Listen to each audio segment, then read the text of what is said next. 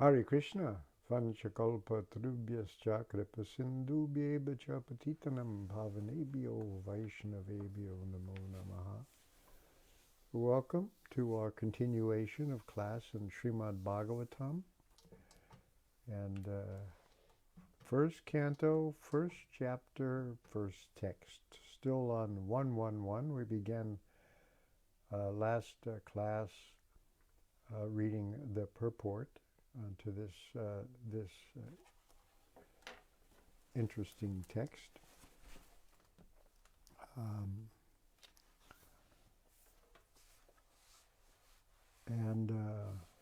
Yeah, we'll continue. We've got just through 6 paragraphs or 5 paragraphs, so we'll pick up where we left off.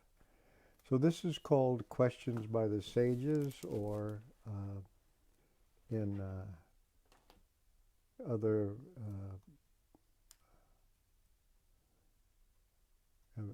we have the Vishwanath Chakravarti Thakur's commentary, who calls it the Questions of the Sages at Naimisharanya Forest. This is where these things are spoken. It's a place of pilgrimage. Naimisha means an instant, because one time there was some war there and a bunch of demons were killed in an instant. At least that's what it says in the dictionary. Naimisha means eye blink of an eye, so this is a sacred place. And I have here from Vishwanath Chakravarti Thakur comment on this verse. He gives 6 commentaries, just to let you know what you can get into. We won't go through all 6 of those, but I can summarize some of it. Anyway, the text again.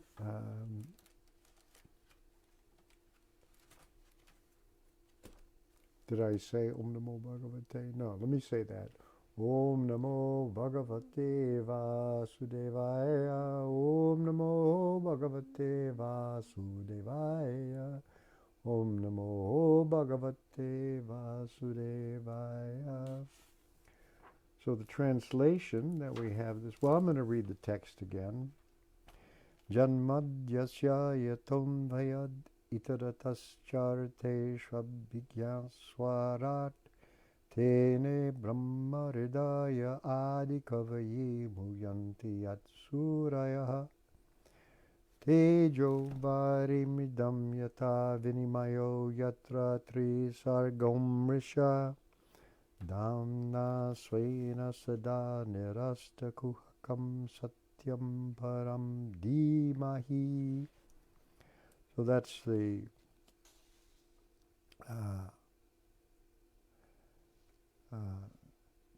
that's the verse, a long, complicated verse. And the translation: I offer my obeisances unto the Lord Sri Krishna, son of Vasudeva. So the long is Vasudeva, who is the son of Vasudeva, who is the supreme, all-pervading personality of Godhead. I meditate upon him, the transcendent reality, who is the primeval cause of all causes, from whom all manifested universes arise, in whom they dwell, and by whom they are destroyed. I meditate upon that eternally effulgent Lord, who is directly and indirectly conscious of all manifestations, and yet is beyond them. It is he only who first imparted Vedic knowledge unto the heart of Brahma, the first created being. Through him this world, like a mirage, appears real even to great sages and demigods. Because of him, the material universes created by the 3 modes of nature appear to be factual, although they are unreal. I meditate therefore upon him, the absolute truth, who is eternally existent in his transcendental abode and who is forever free of illusion. So that's the verse that's been commented on. And it's describing this idea of the absolute truth, that from which janmadasayataha, that from which everything comes. And Prabhupada has explained that the idea of God and the idea of absolute truth are not on the same level. There can be in principle many gods, but only one absolute truth, which is that from which everything comes. In our understanding of that, God includes the world as well as transcends it. That's his nature, different from Christian and Jewish and Islamic conceptions where God does not include the world. So he's all-pervading super soul, and in one sense the world is him, and in another sense is not. Prabhupada in several places has articulated by saying things like, nothing is different from Krishna, yet Krishna is different from everything. And I just memorized those and repeated it to myself for a few years. But that's taken from one of his commentaries in the Bhagavad Gita. So we've read through this where this is explaining the nature of the absolute truth, and how Brahma, the creator God, there's a Greek word for a God who's a creator God, but not the supreme truth, which is demiurgos, the demiurgos, and so he's the this is his thing, his position, the creator God, the demiurg, or demiurgos in Greek. So here if you have the Bhagavatam, Canto 1, Text 1, this is the 6th paragraph, page 47 in this printing. I don't know if they all have the same page numbers, but it's the paragraph that begins, the chief engineer. 7th paragraph, excuse me, the 7th paragraph.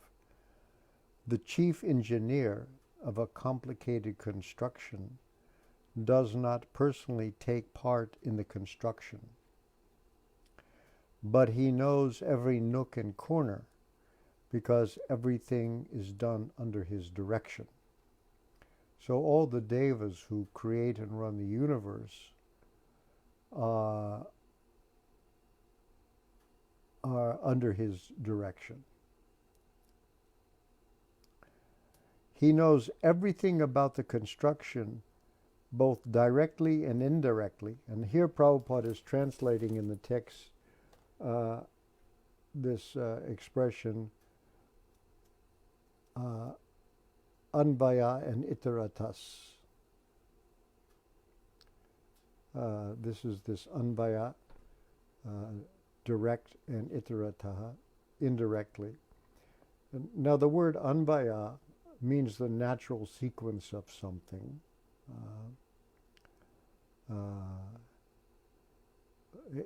The word actually anvaya is following or succession or connection, and it used in grammar to mean the natural order of connection of a word in a sentence or syntax or construction. So that means this way, and iteras means other than that, or going in the other way or another direction.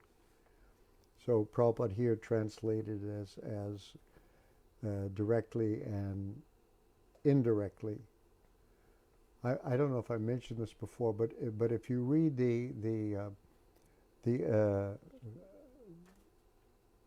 books that were published by Bhaktisiddhanta Saraswati, some of them in English, when they give the word-for-word meaning, they change it around to follow the anvaya. the more direct way of understanding things. Because Sanskrit, being an inflected language, having the whether something is the subject or the object or indirect object, is all done by changing the end of the words.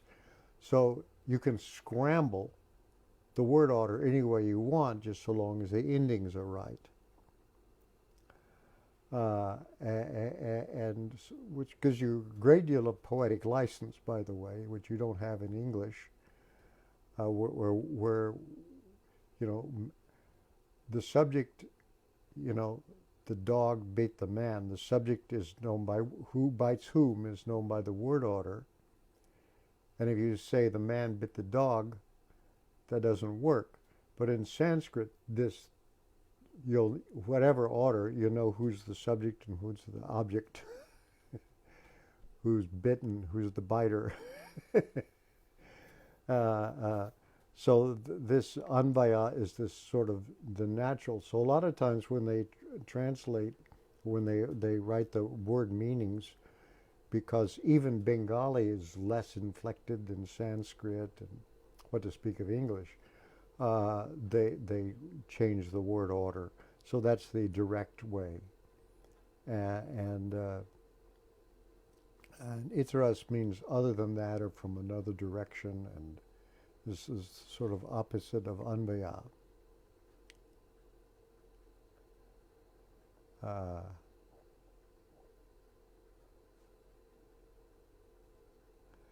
And Prabhupada, and in the purport, Prabhupada says, no,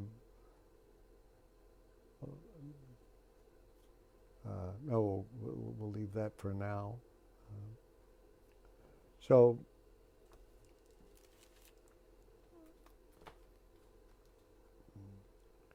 he's mentioned here, he knows everything about the construction, both directly and indirectly. Similarly, the personality of Godhead, who is the supreme engineer of this cosmic creation, knows every nook and corner, although sometimes Brahma has been called by Prabhupada as the engineer, because he's the one whose the creation is deputed into, but still, but the supreme God, the personality of God, is the supreme engineer. So there's sub-engineers, you could say, of this cosmic creation, knows every nook and corner, although affairs are being carried out by the demigods. These are the ones that actually execute these 330 million devas. Which, by the way, we don't see usually. We don't know what's going on. Beginning from Brahma down to the insignificant ant, no one is independent in the material creation. The hand of the Lord is seen everywhere. All material elements, as well as all spiritual sparks, that is to say the spirit souls, emanate from him only. So both of these things, so knowledge means, as Prabhupada has defined it, to know what is matter, what is spirit, and what is the origin of both. That's complete knowledge. And whatever is created in this material world is but the interaction of the two energies, the material and the spiritual, which emanate from the absolute truth, the personality of Godhead, Sri Krishna. A chemist can manufacture water in the chemical laboratory by mixing hydrogen and oxygen. But in reality, the living entity works in the laboratory under the direction of the Supreme Lord. And the materials with which he works are also supplied by the Lord. The Lord knows everything directly and indirectly, and he is cognizant of all minute details, and he is fully independent. So by the indirectly, I take it to mean he sees the world as it is. He sees how we see it, and he sees how the Devas see it, and so on. So he's got all these different points of view at the same time are also comprehended by him.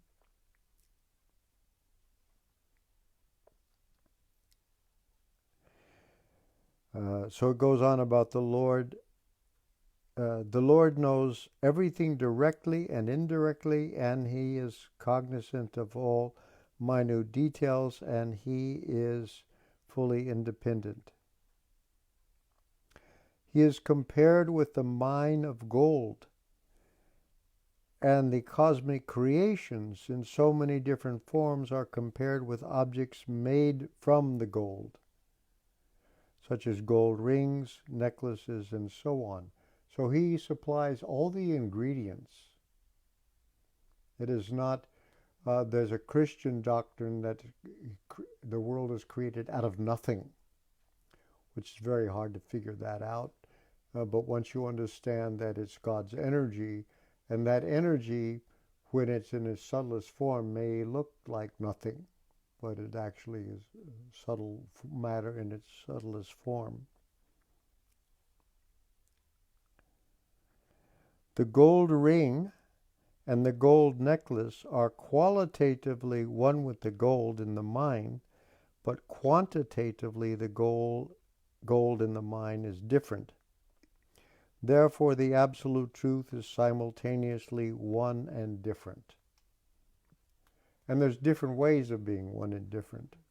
But this achintya beda beda tattva, as I said, there's a formula to remember. Nothing is different from Krishna, yet Krishna is different from everything. That's one formulation by Prabhupada. Another place, there's nothing but Sri Krishna, yet nothing is Sri Krishna save and except his own primordial personality.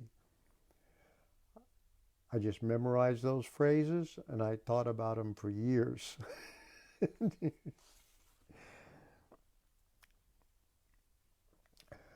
We're trying to understand things as best we can. I look out our window, the robins are coming back for the spring. They don't understand anything about the state of New York, about the United States. None of that stuff they know about. How much can the robin understand? Well, but it got a little bit of something, and it's very skillful at what the robin does, but still it's limited. He knows a lot about earthworms.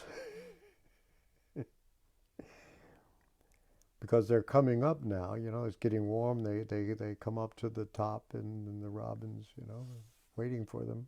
They are very skillful, cunning, but they don't know about New York State or Governor Cuomo or whatever. So then Prabhupada says here, conditioned souls beginning from Brahma, who engineers the entire universe, because all the devas are controlling aspects of it.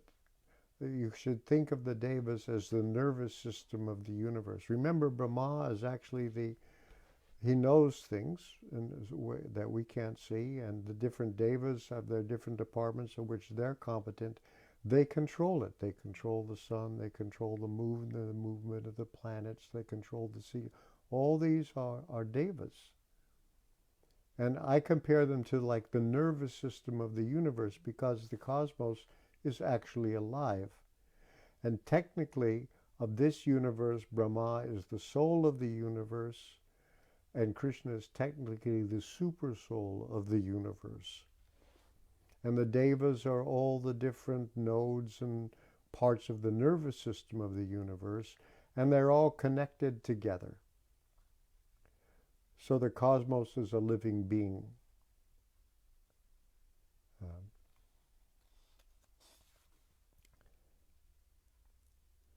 But all of them are, and there's many, many universes.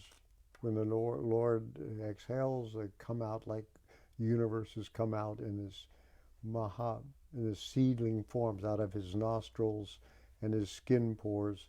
The universes come out, and then each of those universes is there, and there's another form of the Lord that enters into each universe, and then Brahma. Anyway, this is all described in the Bhagavatam. Stuff way beyond our pay grade, but it's been made so we can try to understand something of it. Goes on, the materialists wrongly think that there is no creator other than his own self. This is called Maya, or illusion. But they're thinking they can do it. They can run the universe better than God. They got their own ways of doing things. And notice, so far they've been doing it for a while. Material science has gotten, now we got this mess to clean up. The huge amount of mess, and we don't know how to do it. We're calling climate change and all this other kind of stuff. The accumulated garbage and the detritus of our mismanagement. That's what we're dealing with. So they're thinking they got it better. They can improve it. They have their own ways. We go on with this paragraph. Because of his poor fund of knowledge, the materialist cannot see beyond the purview of his imperfect senses, and thus he thinks that matter automatically takes its own shape without the aid of a superior intelligence. So that's been the effort now, because scientists have their own God project going, that if there's somebody else in control, then they can't do it. So somehow or other, everything arose from nothing, out of chaos, and this order came somehow or other. And but this idea that matter automatically takes its own shape with the aid of a superior intelligence,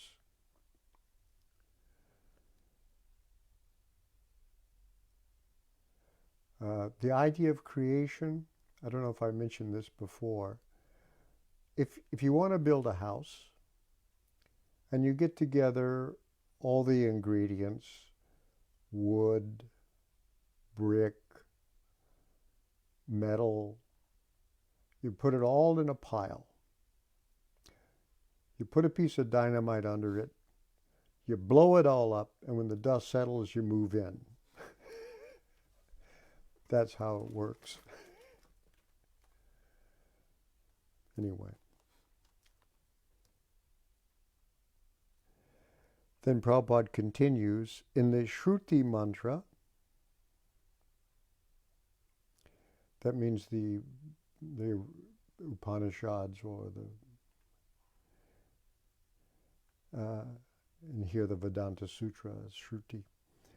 It is also stated that the Absolute Whole, or Brahman, is the ultimate source of everything. Janmadasya yataha. That's the beginning of it, huh? Well, the first beginning, Atato Brahma Gignasa, now we inquire to Brahman, and then Brahman is that from which everything comes, the ultimate source of everything. Everything emanates from him, and everything is maintained by him. That's in the etc. Everything, the source of creation, etc. Mm-hmm. And at the end, everything enters into him. So it's in him, comes out, comes back in again. Creation, maintenance, and destruction. That's the cycle of nature. That is the law of nature. And in the Smriti mantra, that is to say things like this book, Bhagavatam, the same is confirmed. It is said that the source from which everything emanates at the beginning of Brahma's millennium and the reservoir to which everything ultimately enters is the absolute truth, or Brahman. Material scientists take it for granted that the ultimate source of the planetary system is the sun, but they are unable to explain the source of the sun. Anyway, you can keep going back, but somewhere you get to where you know. Herein, the ultimate source is explained.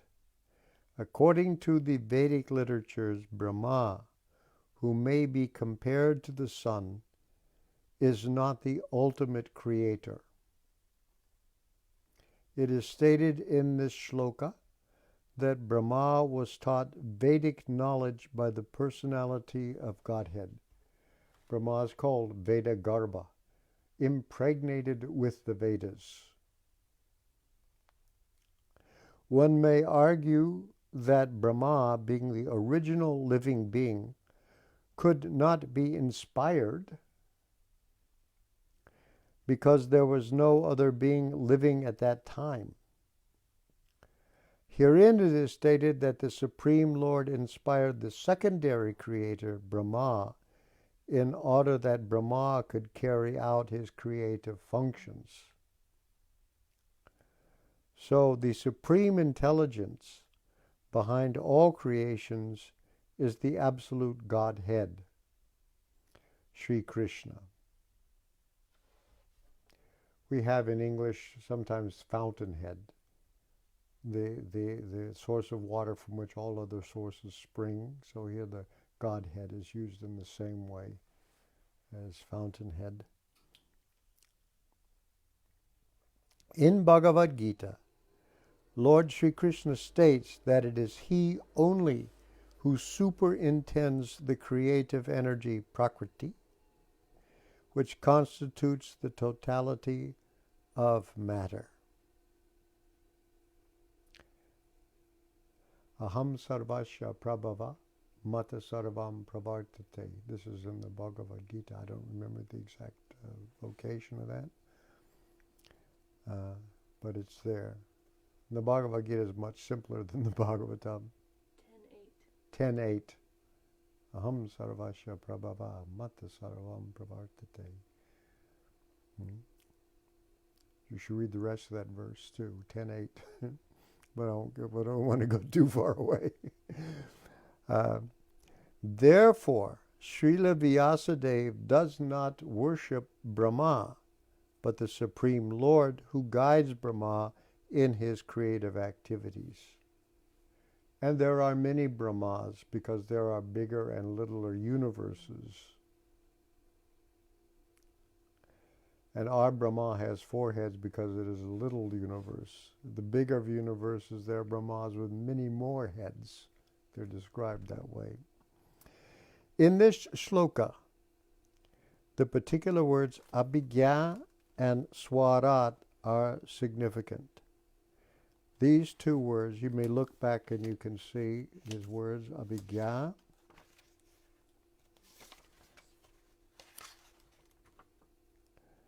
where are they? Yeah, the last, end of the first line of the verse, abhigya swarat. Abhigya means fully cognizant.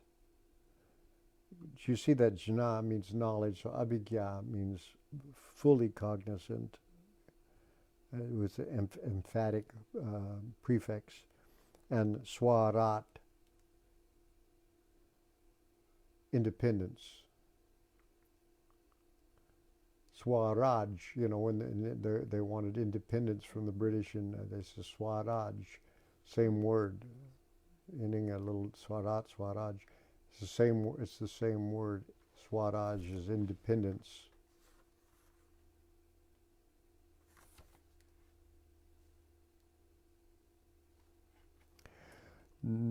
So no other living entity is either abhigya or swarat.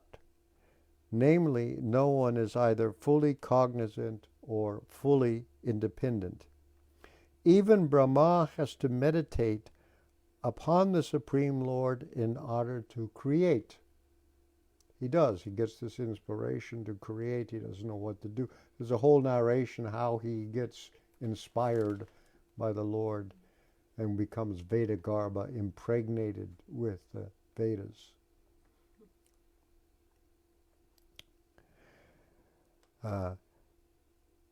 So even Brahma has to meditate upon the Supreme Lord in order to create. And what to speak of great scientists like Einstein? The brains of such a scientist are certainly not the product of any human being. So if he's so brilliant, who made him? Where did that come from? That just happened by accident. Scientists cannot manufacture such a brain. And what to speak of foolish atheists who defy the authority of the Lord. Even Mayavadi impersonalists who flatter themselves that they can become one with the God, one with the Lord, are neither Abhijna nor Swarat. Such impersonalists undergo severe austerities to acquire knowledge to become one with the Lord. This is they think that will happen. But ultimately, they become dependent on some rich disciple who supplies them with money to build monasteries and temples.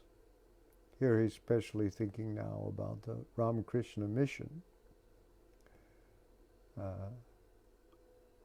And by the way, Prabhupada wrote this part of the Bhagavatam before he came to America, only to discover when he got to New York, the Ramakrishna mission was already here. And at the time that Prabhupada came and the Hare Krishna movement came, I was a graduate student in religious studies. And our teacher of Hinduism was Swami Nikhilananda, who was the leader of the Ramakrishna mission, which in America, which was in New York City.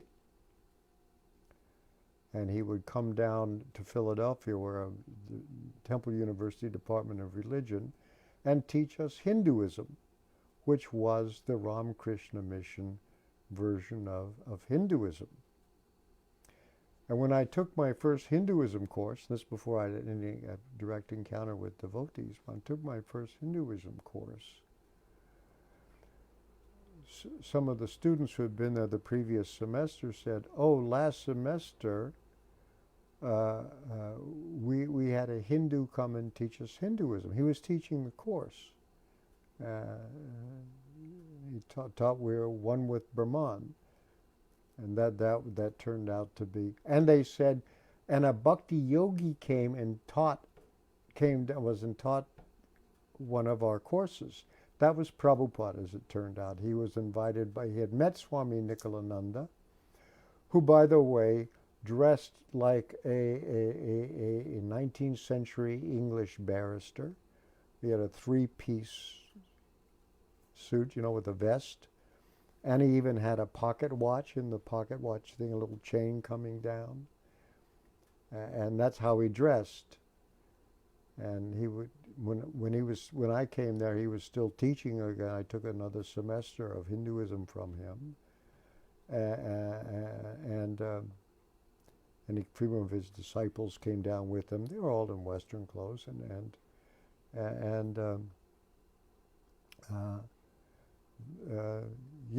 they told me last semester a bhakti yogi came and talked to us. And that was Prabhupada. And I found out from devotees that when he met with Swami Nikhilananda in New York, who advised him that he should learn how to sit at a table, eat with a knife, fork, and spoon, and dress in Western clothes to be successful. That was his advice. Just to let you know, when Prabhupada talks about the Mayavadis, when he got here, they were already here. They were impersonalists. And Prabhupada's first disciples We had all learned Hinduism. I wasn't among his first disciples, but they were all Mayavadis. Allen Ginsberg, all these people, because everybody thought that this was standard Hinduism.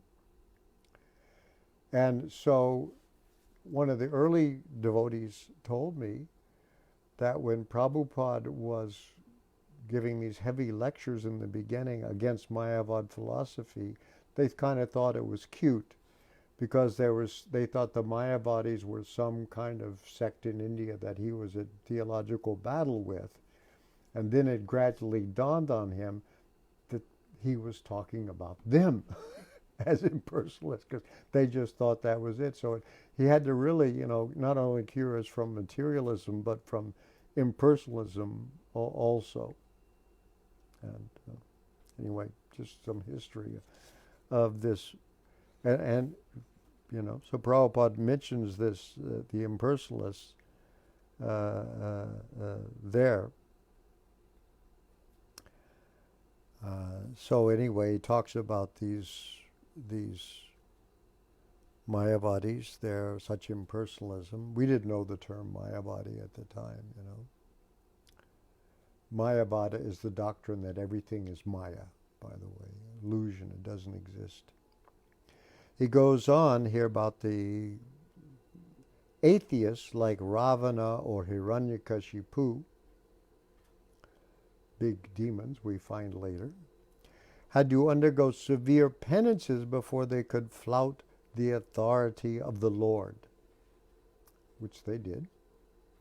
But ultimately they were rendered helpless and could not save themselves when the Lord appeared before them as cruel death. That's how they saw him. This is also the case with the modern atheists who also dare to flout the authority of the Lord.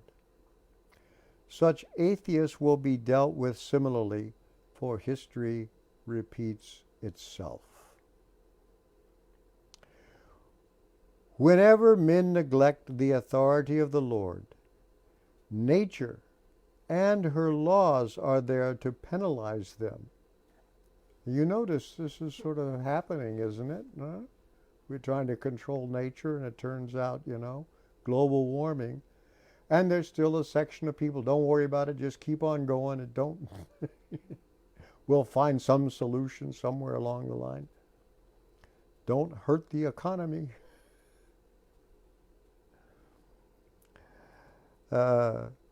This is confirmed in the Bhagavad Gita in the well-known verse, Yada yada hi dharma shaglani.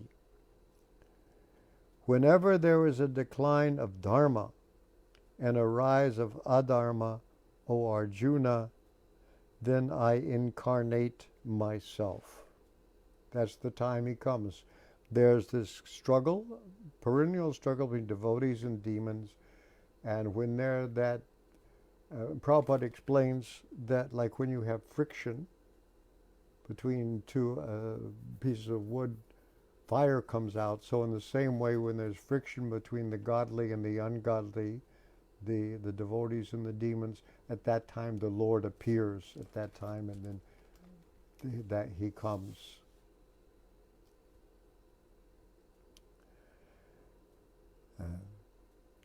And Lord Chaitanya is one of them who comes.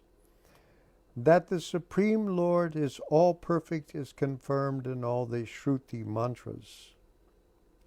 It is said in the Shruti mantras that the all-perfect Lord threw a glance over matter and thus created all living beings. The living beings are parts and parcels of the Lord, and he impregnates the vast material creation with seeds of spiritual sparks, and thus the creative energies are set into motion to enact so many wonderful creations. An atheist may argue that God is no more expert than a watchmaker, but of course God is greater because he can create machines in duplicate male and female forms. The male and female forms of different types of machineries go on producing innumerable similar machines without God's further attention. If a man could manufacture such a set of machines that could produce other machines without his attention, then he could approach the intelligence of God. Of course, now that we getting a little closer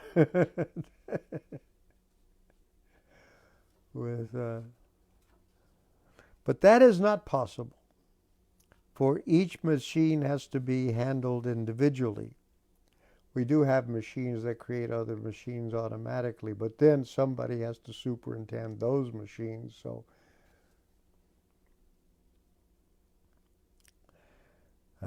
another name for God is Asmarda, which means that no one is equal to or greater than him. Param Satyam, or the supreme truth, is he who has no equal or superior. This is confirmed in the Shruti mantras. And notice the Param Satyam Dhimahi is there at the end of this text. So that's also quoting Satyam Param Dhimahi, that is quoting the Vedanta Sutra. When Prabhupada says Shruti mantras, he's talking about either the Upanishads or the Vedanta Sutra. It is said that before the creation of the material universe, there existed the Lord only, who is the master of everyone. That Lord instructed Brahma in Vedic knowledge. That Lord has to be obeyed in all respects. Anyone who wants to get rid of the material entanglement must surrender unto him. This is also is confirmed in the Bhagavad Gita. Unless one surrenders unto the lotus feet of the Supreme Lord, it is certain that he will be bewildered.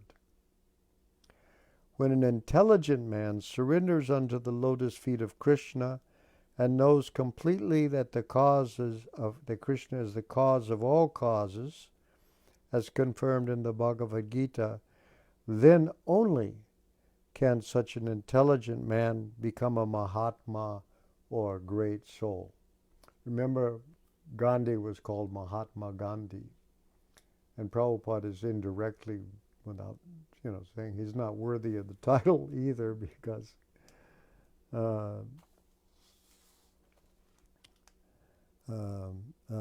he is not a devotee. But such a great soul is rarely seen. Only the Mahatmas can understand that the Supreme Lord is the primeval cause of all creations. He is Parama, or ultimate truth, because all other truths are relative to him. He is omniscient. For him, there is no illusion. Do we have time to finish another paragraph here? Okay. Because there's only a few more to go here. Some Mayavadi scholars argue that Srimad Bhagavatam was not compiled by Sri Vyasadeva.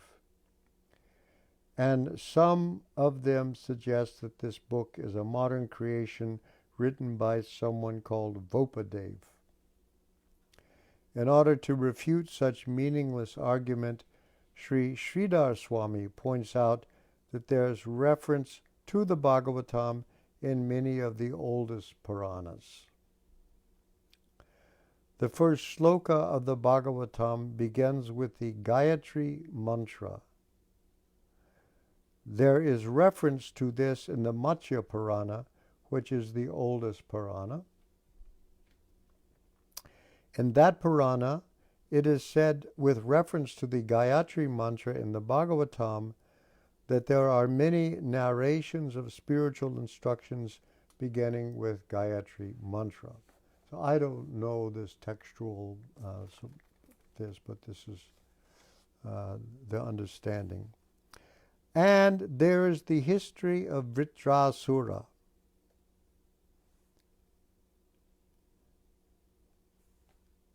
I'm not quite sure why this comes up here.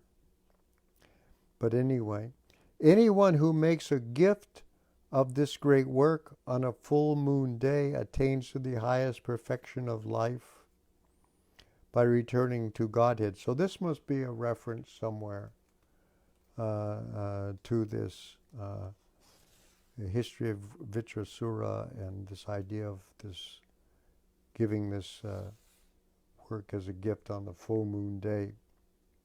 There is reference to the Bhagavatam in other Puranas also, so I think he's explaining this reference in the Matsya Purana.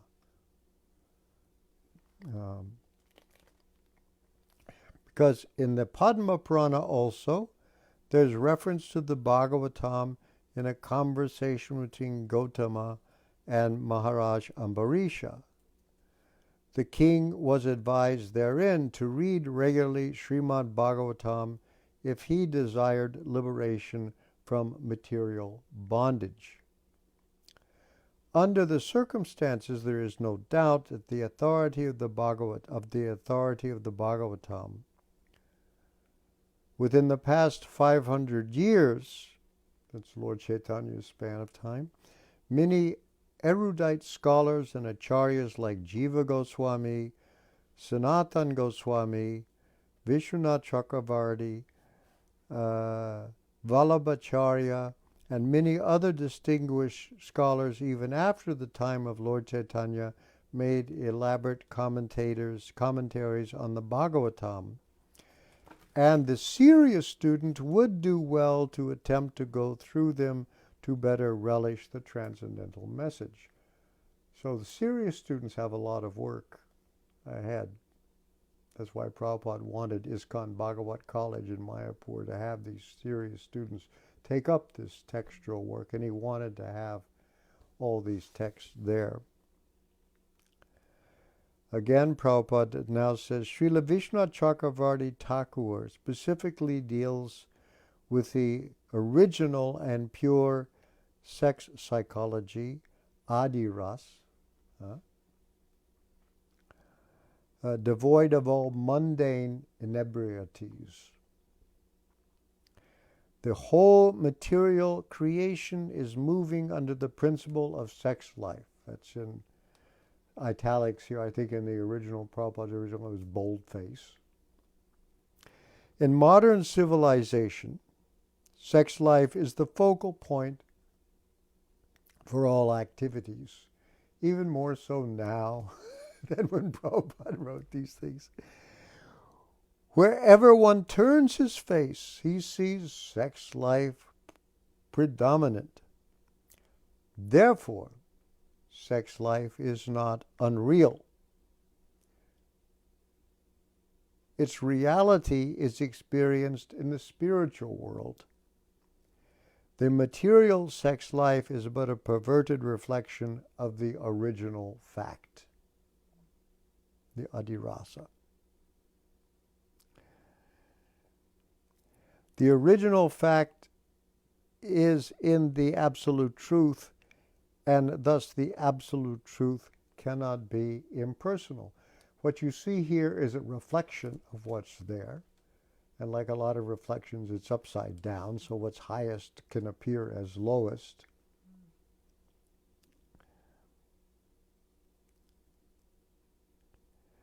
And the original fact is the absolute truth, and thus the absolute truth cannot be impersonal. There are so many persons here. Where did they come from? So the Supreme Person. It is not possible to be impersonal and contain pure sex life. Consequently, the impersonalist philosophers have been given indirect impetus to the abominable, mundane sex life because they have overstressed the impersonality of the ultimate truth. What you want is actually there in the original. When you get the counterfeit here, which is temporary and leads to all kinds of misery, then you got a problem.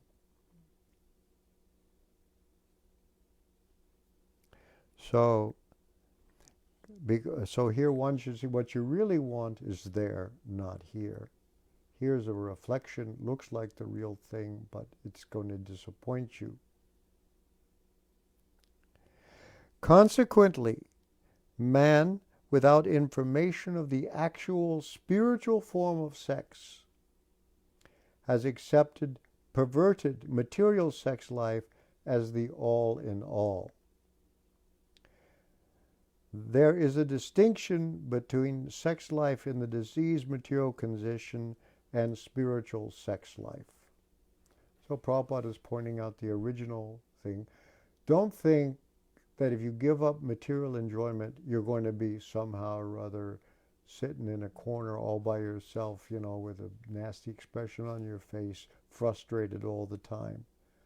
No, you will be fulfilled more than you can imagine.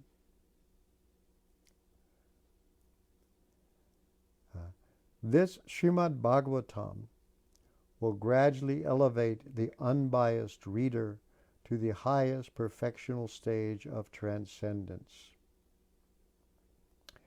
It will enable him, notice he says unbiased in the beginning, the highest perfectional traits of, not just where you're free, but not just free of negative things, but you also have positive spiritual Satchit Ananda bliss, That's always increasing. You never get sick of it. Krishna is always entertaining. He's got newer and newer things to do. And your joy increases.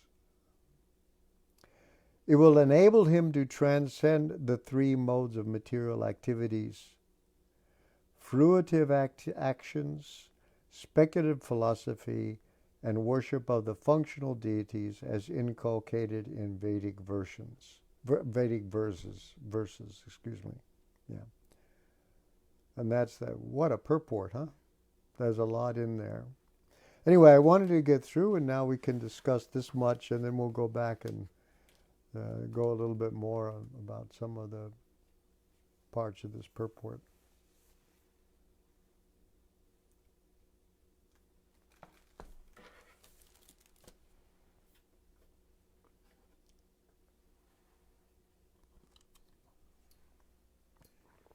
For anybody on Facebook who would like to ask a question, go ahead and type it into the comment section. If you're on the phone, you can press *6, and that will unmute yourself so you can ask a question. And everybody's also welcome to use the chat box on Ravindra Svarupa's website. That's rsdasa.com. And I was trying to think about this connection between Vritrasura. It's an interesting statement here about the Gayatri Mantra, and there's the history of Vritrasura. So I'm not quite sure about that, but then the next sentence: anyone who makes a gift of this great work on a full moon day attains to the highest perfection of life by returning to Godhead. Would this be a reference to what we read a few weeks ago in the 12th canto in 12:13:13? Yeah, it does say. Where it says, if on the full moon day of the month of Bhadra, one places Srimad Bhagavatam on golden throne, gives it as a gift, to attain the supreme transcendental destination. Could like be. Yeah, maybe that's a reference. I didn't think of that. Yeah. Maybe. And the golden throne too. The golden throne. Yes, we can't forget the golden throne. Exactly. Yeah, just think about that. But I am curious to know about Vritrasura. If anybody knows how Vritrasura fits into Gayatri and, yeah, and right. the moon there. No, it's interesting. I'm glad you pointed that out.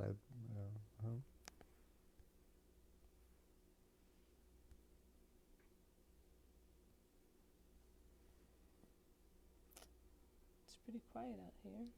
Yeah. No Everybody's questions or outside. comments?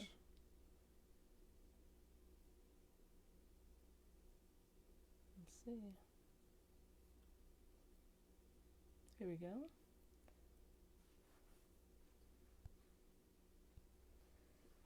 Krishna Chaitanya Prabhu asks, he just makes a comment here. The Vritrasura reference is simply one of the characteristics mentioned to to identify the Bhagavat Purana as opposed to other Puranas. Yeah, It's that's sometimes right. mentioned to begin with Gayatri and also have 18,000 verses. Okay, yeah, that makes sense. Yeah. Just a characteristic. Mm-hmm. If Vritrasura is not spoken about in other Puranas. Mm-hmm. Good point.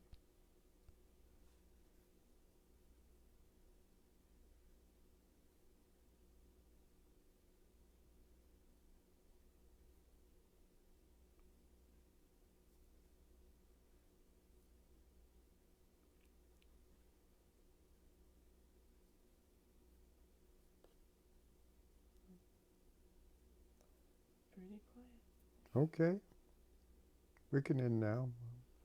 Everybody's recovering from Yeah, the daylight savings shift. daylight savings time. Yeah, all that stuff. Yeah.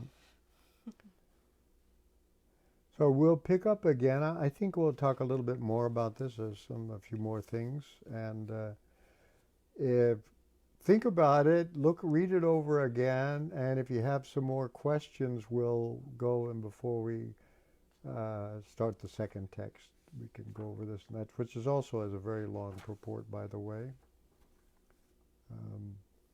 So Prabhupada put a lot there in the beginning. Okay? All right. Thank you very much. Srila Prabhupada ki jai. Srimad Bhagavatam ki jai.